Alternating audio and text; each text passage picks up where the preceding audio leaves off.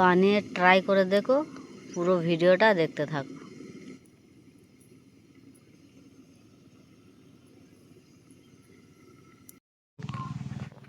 আসসালামু আলাইকুম।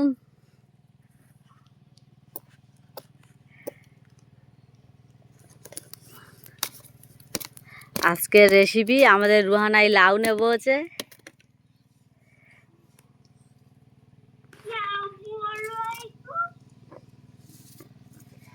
এদিকে আছে চিংড়ি মাছ। এই পুকুরের চিংড়ি দিয়ে লাউটা দিয়ে রেসিপি বানাবো। প্রথমে লাউটাকে বেছে কুটে পরিষ্কার করে ধুয়ে নেবো, আর চিংড়িটাকেও বেছে কুটে নেবো। পুকুরের চিংড়ি এখনও জ্যান্ত আছে। রুহানা খেলা করতেছে, যেটা পাচ্ছে সেটা নিয়ে খেলা করছে।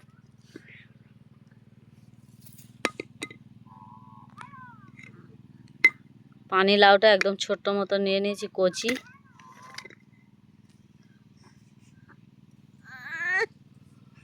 কড়া বসিয়ে দিয়েছি, গরম হয়ে গেছে, তেলটা দিয়ে দেবো। একটা তেজপাতা আর 2 টুকরো করে দেবো। গোটা জিরে দিয়ে দেবো।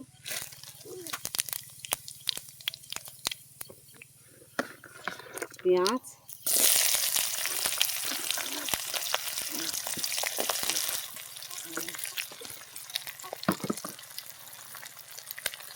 পেঁয়াজটাকে লাল লাল করে ভেজে নেব। আদা রসুন বাটা দিয়ে দেবো।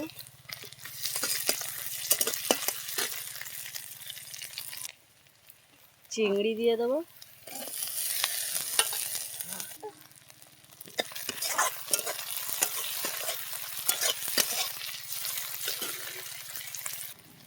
লবণ দিয়ে দেবো। হলুদের গুঁড়ো, লঙ্কার গুঁড়ো,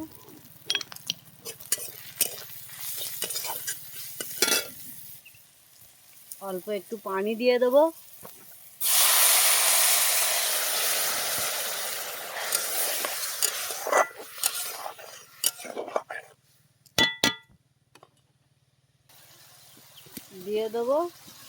দিয়ে দেবো পানি লাউটা। মশলার গায়ে থেকে তেলটা ছেড়ে গিয়েছে।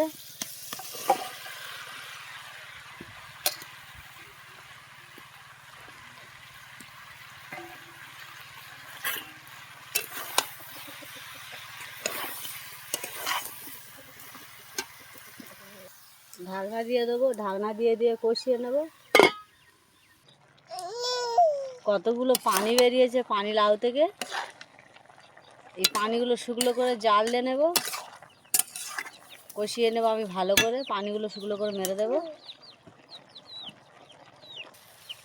অনেকক্ষণ থেকে আমি কষিয়ে নিয়েছি, সব পানিগুলো মরে গেছে। ঝোলের পানি দিয়ে দেবো, একদম শুকনো করে গায়ে গায়ে মাখা মাখা করে নেব। অল্প একটু পানি দেব।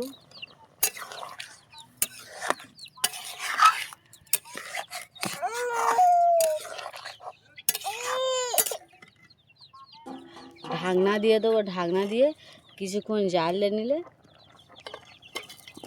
শুকনো শুকনো মাখা মাখা হয়ে যাবে।